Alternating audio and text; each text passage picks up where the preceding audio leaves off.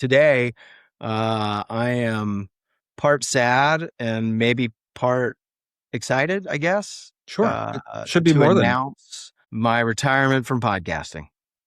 I'm out of the podcasting game.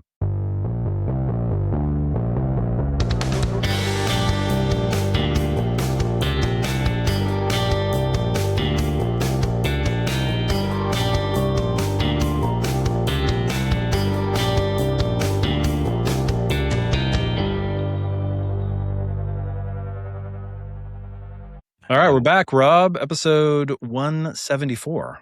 And I see you were playing us. You were playing us out. You know. Oh well, it was jamming to our Yeah. do. Yeah, absolutely. Episode 174. Summer movies are upon us. Summer blockbusters.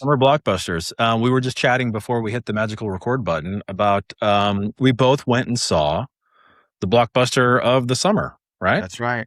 The Odyssey. Are we going to talk spoilers? I mean, it's been how long? It's been out for what, 2 weeks, 3 weeks? Spoiler alert. If you haven't seen it, don't turn off. Yeah. I mean, it's been. Now we can talk about it. It's been out for weeks. I mean, like if you haven't. Yeah. Shame on you. You should. Yeah, I know, exactly. Well, we were joking, like if there is one movie to see in the theater, you absolutely have to see this in the theater. This is a theater. Yeah. I think it's, you saw it first and you said, hey, you have to see it in IMAX. And a couple of other people had said the same thing too. So I went and saw it in the IMAX, although I think mine was the fake IMAX because it was over here around the corner. But that being said, you absolutely have to see it in the IMAX with the seat rattling and the whole, the bass. Tell you what. Yeah. I don't know about, and I don't know how they mandate this, but it was so loud. Yeah, it is. Yeah. And I think and I've heard other people say that about the movie. So I'm assuming that they sort of, tell you where it needs to be played. Like I don't know if the theater gets to turn up and down the volume or not. Like it has to be played at a certain decibel with the thing. I never thought about that. I assume, it's part of the. I bet it's controlled. Yeah, I bet it's controlled somehow, but it was, I mean, it was loud. It was like earth-shakingly loud. No, I saw it in the full 70 millimeter, like 3-story tall IMAX. Like, I mean. Yeah, you were like right up in it. Yeah, and those showings are sold out. I mean, there's only, each theater can only show it, 3 or 4 times a day maybe, just because it's so damn long, right? It's so long, right? So, I mean, we were in the third row. We weren't like in the middle, nice in the back. I mean, we were like, I mean, I don't want to say I was like, but I mean, I was leaning back in my chair. You were like third row from the screen. Oh my gosh. That rattle fest, and it was, I mean, it is huge. I mean, I haven't been in one of those giant IMAXs since you would like see like a nature program at like the Science Center or whatever. Yeah, exactly. Like, those things are insane, but it is so freaking loud. So loud. I know. Yet when the Cyclops has his back to us and is grumbling and talking at the end and they're like, oh, he can speak, I was like, what's he saying? Like, what? Right.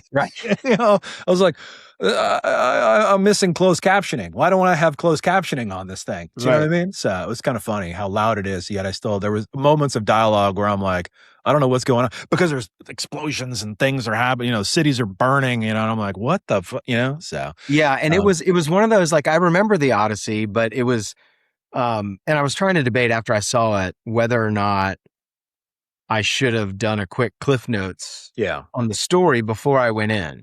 Yeah. And my answer is no. I'm glad I did not. I'm absolutely glad I did not. Yeah. Because that would have revealed, again, I would have been reminded of a few of the monsters that I was going to see. They wouldn't have been surprises, which I thought was the best part of the film, honestly. Yeah. It was like, so cut to the mustard, brass tacks. What do we rate this? Either A, B, C, or 1 through 10. What are we giving? The 5 stars? What is your? All right, we're gonna do 1 through 10. 10 being the best. 10 being the best. Yeah. Okay, 1 through 10 and 10 being the best. I am going to give it. Oh gosh, we can go halvesies. We can go halvesies if we need. I'm going to go with an 8.3. Ooh, 8.3. Okay, that's less than a halvesy. Okay, so that's a B. Is that a B minus? I think it's no. I don't think it's a B minus. I think it's a solid B for me. It's a B. Okay. I'm going to give it a solid B. Okay. There were a couple of things that I questioned, and I mentioned this before, but like I'm like, and this is totally a me thing. Yeah. But like, was Matt Damon the right? Is he Odysseus? Yeah. And that's only because we've seen him in so many other things, and it's And so that might just be a me thing. I thought, that being said, I thought he did a great job. I was blown away at the end when he's like totally emaciated and stuff. And I'm like, Yeah, did he yeah. lose all that weight? Like that was crazy. Like, I mean, he looked Well, like I think to that end, we're getting to that point where we don't really know we don't know anymore. what's Yeah, real and what's yeah, not real anymore. He yeah. was certainly ripped. I mean, he was definitely jacked up and ripped. Yeah, totally. Yeah, I mean, it's a tough one because it's like when we use actors that we've used or seen in so many other movies, Yeah. it's like, is it better to have a no name, you know what I mean, or go the trusty dusty, or like, because like, or you have those actors where they are the persona that they are. I don't want to pick on like Denzel Washington, but like Denzel Washington, The Rock, like, I mean, there are certain like franchise guys where it's like, oh, well, that is that character. You know what I mean? You expect that out of that person, right? Yeah. I don't know. Is Matt Damon that like, is he fluid enough to be like, I'm the comedy guy, but then I'm also the serious guy, or the, I don't know. So I think that in a perfect world, it would have been great for it to be a newbie, undiscovered star that just break nailed out the character, and you're like, oh my god, you are forever Odysseus. Like you are forever Odysseus, and then you can go on to do other things and whatever, but you will always be Odysseus. I don't know that Matt Damon will always be Odysseus. Yeah, he'll be good when he'll be Good Will Hunting and some of those other things that he did. Totally. Yeah, I mean, and but again, that being said, he did a great job. I thought it was well. I thought all the performances were good. A couple of cheesy lines here and there. It had a little bit of cheese sprinkled into it. They tried to. You and I were saying they dropped like, I don't remember the count, but there was a handful, maybe 3 or 4 F-bombs in there. Yeah, which had no place. So out of place. No place in there, and it just felt really odd. Yeah, I mean, I don't need like a full-blown period piece of like we're speaking in weird old Englishy kind of translated something, Totally agree. But I also am like, I don't want like any modern colloquialism. Like I kind of want it to feel like this timeless sort of like not magical land, but like this weird archival story, Like I don't know. So the F-bomb to me was an odd choice, It felt gratuitous. We didn't need that. Like, I don't. That just there's no place for that here. Yeah, I agree. Well, I'm gonna give it a higher grade. I mean, I'd give it an A-. I mean, I'm in the end camp. I mean, but I haven't seen an IMAX 70 millimeter movie in its glory in, I don't know, like, I think honestly the last movie I saw in that bit was Watchmen, the Zack Snyder Watchmen. I went up to the Mall of Georgia with my wife and we went and saw that. And that's, I mean, God, that's 15 years ago at least, maybe even older than that, So I thought you were going to say when you went and did those 3 nights at the Sphere and saw fish. I don't remember those nights. I mean, they're on my phone. Yeah, they're on my phone, but I don't really remember what happened. So, Fair enough. No, I give it an A-. I'm going to give it a 9 or whatever. It's not, it didn't blow me away. What I'm fascinated by is everyone like, oh, it's just this amazing movie, and then 2 weeks later, Spider-Man comes out. I mean, that just came out, right? And like immediately shattered every single record of like ticket sales opening weekend. Yeah, you know what I mean? And I was like, man, I didn't even know like a Spider-Man movie was coming out. And I am like surrounded by comic book love. I was like, oh yeah, there's a Spider-Man movie coming out, like. I thought that people weren't liking this new Spider-Man though. I mean, I know it's made a ton of money and that's. It shredded all the whatever, so. Yeah, but from a movie standpoint, did you like the movie I'm itself? talking about pure, like, forget box office and all that stuff. Yeah. I don't know. Was it a good movie? I don't pay attention at all to that kind of stuff or whatever. I've gotten to the point where I don't go into any of the articles, or I scroll past all the social stuff because I don't want to know everything about the movie before you go see the movie. I'm going to go see Spider-Man and it's like, oh, hey, the Hulk's in this. Oh, that's fun. Like I had no clue what was happening, So it was kind of just along for the ride. Is it a great movie? I mean, is it a good, it's fine. I mean, it's, I'm the demo. I will watch an 8-hour Spider-Man movie. You know what I mean? Like, just keep it going. It is, I will say this, it definitely has, I know we're talking about the Odyssey, but like, it definitely has the most, this is going to sound stupid to say out loud, but it feels like a comic book. It's the least movie-like of all of those Marvel Sony movies. I mean, so maybe that's why people don't like it as much, because it's not campy like a comic book, but I mean, it really leans into like comic book animated page kind of tropes and things like that, which I mean, I'm going to love, of course. And maybe, and I didn't go down into the weeds on why people were But back to the Odyssey. I mean, I would, I'm going to give it an A. I thought it was good. Yeah. It'll be interesting to see if that has any legs. Is this just a flash in the pan? I mean, I don't mean that in a negative perspective, but like, is it, or all of a sudden are we going to like we had a successful vampire movie and then all of a sudden there's vampire stuff that just keeps going and going and going. You know what I mean? Like, is this going to create another genre? You know what I mean? Where we keep going along these sort of lines? Well, I mean, the Iliad comes out next summer. So that won't be as fun to watch. I guarantee you. Yeah. But it'll live on because it was so epic of a film and because there won't be a sequel. Yeah. Now, when you saw it, did you see the Dune 3 trailer in front of it?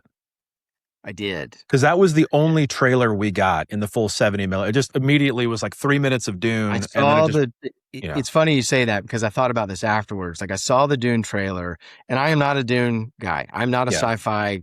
Have you seen both of the Dunes? I'm getting there. Okay. I've never seen any of the Dunes. There you go. But I saw that trailer in the IMAX and I was like, oh, that looks pretty awesome. Yeah. And I don't know how much of that was just the environment I was in and like it looks ridiculous. Yeah. But I'm like, man, maybe I ought to go back. Maybe I ought to go back and watch the Dunes. I did have that thought. So who knows? I mean, it's a great movie going experience, the Odyssey. Yeah. Thumbs up. We'll give it thumbs up. Yeah. Well, speaking of Odysseys. Speaking of epic adventures, right? And epic dudes. Yes. With beards. With I know. Yeah. Yeah. Today, I am part sad and maybe part excited, I guess. Sure. It should be more than announce my retirement from podcasting. I'm out of the podcasting game. This is going to be the final podcast for me. Well, that's not true. I'll come back and guest podcast, but final regular ongoing podcast. Yeah, you're always welcome. For me at Mock the Agency, because I am moving onwards and upwards to other places. Yeah. We felt like we owed it to our fans to. It is weird to say that out loud, isn't it? It's very weird to say that out loud. Yeah. I apologize to our fans in advance for letting them down. Nicole, especially you. But time to announce that. Yeah. So what am I doing? Great question. Tell everybody what I'm going to pull a Sean Evans here and this camera. Tell the world what you got going on. You never watch Hot Ones. Do you watch Hot Ones? Of course. Oh, okay. Yeah. This camera. Tell the world what you got going on. Yeah. So I'll tell the abbreviated story. Sure. So a few years ago, I say a few, it's probably 2 years ago. Well, I'm going to interrupt. Rob, it is the final podcast, so you can take as long as you want on this story. Okay, good. This is we can. I mean, let's make this. It's going to be longer than the Odyssey. That's what I was. 3.5 hour podcast. You just stole my joke. I was just going to say, let's keep this. Well, baby that's how rolling. well we know each other. We know the punchline already. So a couple years back, a buddy of mine that I've known since 6th grade or so called me up out of the blue. He was an investment banker at JP Morgan and called me up out of the blue and was like, hey, I have this really weird idea that's been percolating in my brain. I've been staring out at this empty parking deck out of my high-rise building in downtown Atlanta for however many years. And I want to put a driving range on top of it, a golf driving range on top of it. All right, now I'm going to pause there and say he was the coach of his golf team at Washington Lee, and he's a very, very good golfer. Yeah. So he is very, very passionate about the game. And so he sort of hit me with that idea, and I was like, oh, okay. And anyway, over the course of the last 2.5 years, that little germ of an idea, as ridiculous as it sounded, has actually come to fruition. Or is coming to fruition, I should say. Yeah. Now it has been morphed and modified and twisted and torn up and turned into a pig and then turned back into a human and all kinds of things like that along the way. I see. But that little germ of an idea has grown into this project that we are calling Rangeworks, and we are, knock on wood. And the story, I'm going to jump all over the place, but do it, man. To launch this sort of new driving range concept that we are hoping to open in spring of 2027. Okay. So it's been an exciting couple of years. I've been trying to kind of do that on the side and side hustle that. Yeah. And we've gone through again all the iterations. We had a very successful seed round where we're all funded and ready to go. I have Exciting. learned way more about local municipalities and navigating everything and how to build something and do all of these things. So it's been a great adventure. And I think it sort of came time where as this is becoming more and more real, it's requiring a little bit more of my time and focus and stress and enthusiasm Because advertising's not stressful. So and all of those things. So anyway, that's the news, and I guess where we are now, and maybe I should define what it is a little bit. Well, if you weren't going to go there, I was going to say, well, what is the concept now? Like, if you were to explain to somebody, hey, what's Rangeworks and things like that, Yeah. So again, it started off as let's see if we can. The fundamental concept was how do you bring a range or something like that into a dense urban area, right? Yeah. Because driving ranges, as people may or may not know, are typically cow pastures. You got to have, acres of land. Yeah. And you're really only using the front part of it, and then you're just bashing golf balls. Yeah. So it's a real estate play. You've got to have a ton of real estate. And as we know, real estate is becoming more and more sparse, right, throughout the country. So we were going to put them up on parking decks and quickly found out, no, you're not. That is not. That is. I shouldn't laugh, but the way you say it, from a construction standpoint, that's not viable because you have to. The idea is that it'll be fully enclosed. It'll be fully netted. So you'll have a roof net. You'll have side nets. I'll get to the Topgolf comparison in a little bit, but you can't drill down poles into the cement of the parking deck, and it was just we got laughed at. But what happened then is we said, you don't know what you don't know. I mean, that's part of the discovery aspect that you mentioned earlier, and the whole hey, I know more about structural engineering and blah, blah, blah, blah, you know what I mean? Like, and I think, part of the history of, what you've done to date, it's kind of like, hey, we know more about mining underground than two guys that are not miners. You know what I mean? I mean, we know more about, rotator cuff surgery, working on all the clients that we work, but I'm not a doctor, you know what I mean? So I think that tenacity that has served both of you guys really well in regards to figuring out what you can and cannot do, so. And it's that, yes, it's that entrepreneurial, I'm going to figure this thing out on my own and I'm going to fail and stumble and all the things. But what did hold up was the idea that, how can you bring something to a dense urban environment with the main goal of preserving the parking, right? Yeah. That was sort of the fundamental kernel that has stayed true. Yeah. And so, and really what it is at the end of the day, it's a real estate play. You've got to find the right real estate. You've got to find real estate where they're not going to they can't build a high rise, because anytime you can build up, you're going to build up. People are going to do it. Yeah. There's more money in it there. So we started looking around at distressed properties, meaning like we were looking in Charlotte at sort of a floodplain area there where they couldn't build up. Yeah. And other areas where they couldn't build up or it didn't make sense to build up, where we could build this elevated netted cube, for lack of a better description, and maintain the parking beneath. Yeah. Right. Yeah. And so I'm going to pause there and go, oh, you're building a Topgolf in town. No. Yes, we both have nets. Yeah. Yes, we have hitting bays in a building. But I would say the fundamental difference is that Topgolf isn't really about golf. It happens to be in what they call an entertainment place. You're there for big outings. There's a full menu. We're ordering a bunch of drinks, and we just happen to be hitting golf balls. It's an entertainment play. It's an would you agree with my naive statement that it's an alternative to bowling? It's a night out to go have fun. And I mean, you can bring your clubs and treat it as serious as you want to. But in my estimation, most people are there just to have fun and just have activity and things like that.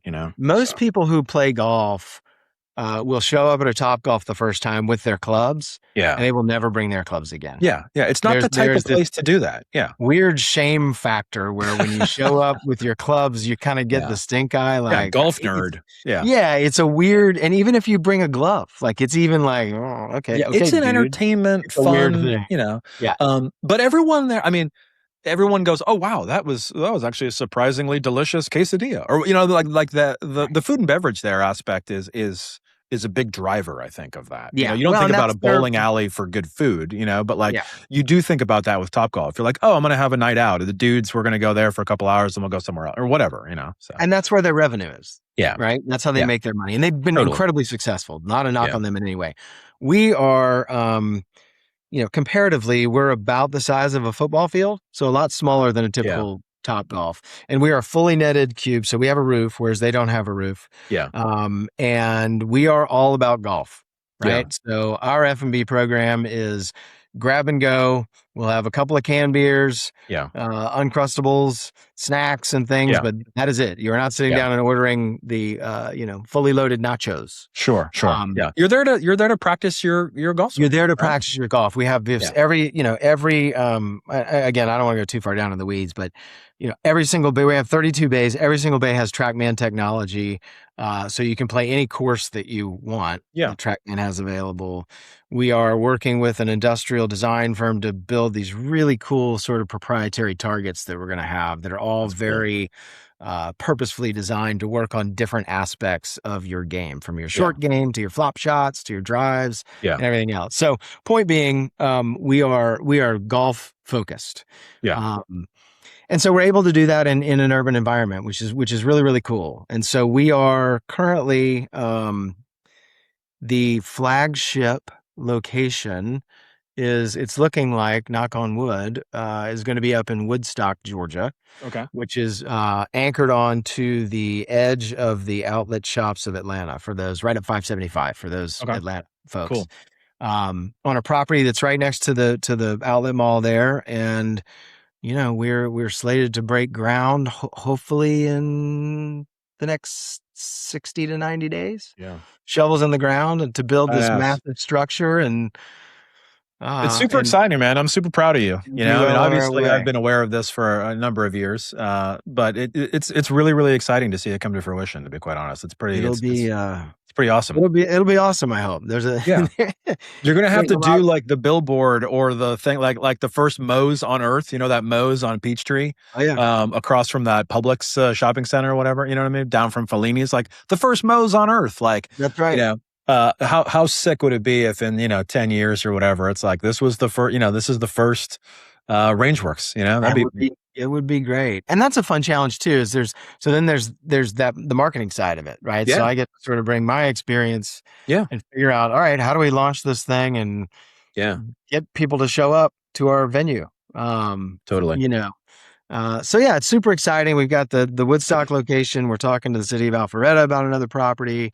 We've got a couple properties we're looking at in Charlotte. So it is go time. Full steam ahead, man. Full steam ahead. Full steam. Well, people love golf, so it's, I think you're heading into uncharted waters, but they're waters that people are swimming in. You know what I mean? Like people are swimming. Good things are happening. Good things are happening over there. So, well, I'm super proud of you, man. I'm super proud of you. And it has been an awesome, incredible run, together as partners in crime for a number of years. And, I am super excited to be on the sidelines and, see where it goes. I am not a good golfer, you know what I mean? But I am, I'm excited to get into one of these things in the spring of next year and, do some horrible TrackMan scoring is what's about to happen. We'll start at a TrackMan 0 if that's a thing. You know what I mean? So the select few will get the lifetime membership card. There you go. So you'll get one of those, of course. I should mention though,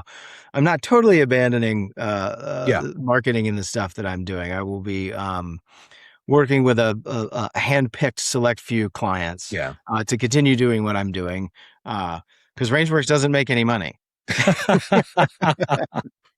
No, but there are a couple of folks I'm going to continue to work with that are super valued folks, and so I'll continue to do that and just sort of see where the new see where the new world takes us. Well, you are an incredibly talented individual, and it's been awesome, dude. It's been super awesome. It's been great, man. And those few select people are lucky to have you. You know what I mean? So, well, and I think if you look at like, and make no mistake, Mock the Agency is carrying on and flying the flag and doing all the great things. Yeah, we'll be back with episode 175. Who's going to be sitting next to me? I have no idea. We'll figure that out, but. Yeah. And then you got to have me back as this Yeah. thing, starts to take shape. Hey man, we'll get some SEO cranking for Rangeworks. Absolutely. There you go. But it's been great, man. It's been awesome. It's been almost 17 years, which is crazy. And a long, winding and exciting road. We'll round up and call it 17 years. So 17 years. We'll round next year will be 20 years of Mock the Agency, if you can believe it. Nuts. So it's nuts. Yeah. All right. Well, we've rambled on for too long. Don, where can the people find you moving forward? The people can find me right here, same bad time, same bad channel next time at Mock the Agency and on all the Mock the Agency socials. But where can the people find out more about Rangeworks, Rob? Yeah. So the site's in development. There's a landing page up right now. Once we get a little bit further down the road with the launch of Woodstock, then at rangeworks.net. Okay. Fitting. We'll have all the information up there and everything. And you can reach me at Rob at rangeworks.net in the meantime. Love it. Send any press inquiries our way. Yeah. And come along for the ride. So it should be fun. Media inquiries. All right. Well, it's been a pleasure. It's been an honor, my friend. All right. Signing off. All right. We'll see you guys.